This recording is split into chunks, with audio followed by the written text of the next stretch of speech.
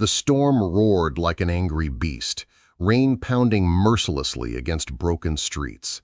A single father, clutching his daughter's hand, opened his modest door to find someone he never expected, his powerful CEO, trembling, soaked, and desperate for shelter.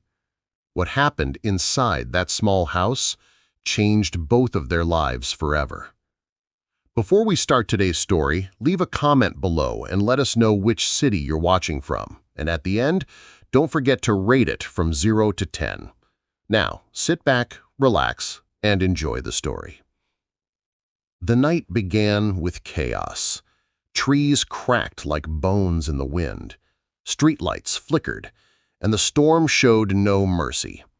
In the middle of that darkness, Daniel, a single father, held his daughter close.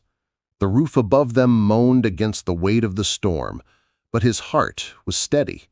He had faced worse. He had worn a soldier's uniform once, and storms of war had taught him that silence could be stronger than any scream. Then a sharp knock rattled his door. He pulled it open, expecting a neighbor, maybe even a stranger seeking shelter. But what he saw stopped him cold. Standing in the rain, shivering, soaked to the skin, was his boss, Clara Reynolds, the same Clara who sat at the top floor of a shining tower where glass walls separated her world from his. The CEO, the woman known for her unshakable authority and her impossible demands. But tonight, none of that power remained. Her eyes carried fear. Her hands clutched a young boy who whimpered softly. "Please," she whispered, the word trembling on her lips. Daniel stepped aside without a word. His daughter reached for blankets, wrapping them around the frightened boy. Clara's shoes dripped mud onto his worn carpet. Her once flawless hair clung to her face. For the first time, Daniel saw her not as a CEO, but as a mother fighting the same battle he fought every day, survival for her child. Beneath the dim light, silence filled the room. The storm outside screamed, but inside, only their breaths existed. Clara glanced at him as if expecting judgment, but Daniel offered none. Instead, he handed her a mug of warm tea, his rough soldier's hands steady, unshaken by the storm or the strangeness of the moment. Years of sacrifice had carved strength into Daniel's bones. Once he had led men through battlefields where the smell of smoke and iron never left the air. He had seen friends fall, promises break, and yet he had returned home only to face a different war, raising a daughter alone in a world that never applauded quiet fathers. The world forgot men like him, but he never asked to be remembered. Clara, however, was remembered everywhere. To her employees, she was the face of unyielding control. To the world, she was power wrapped in elegance.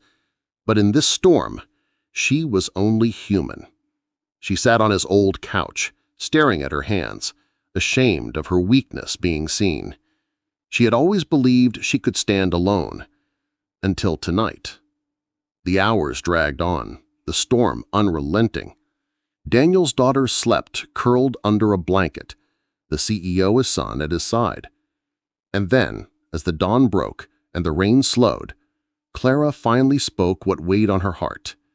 "You didn't have to open your door," she said softly.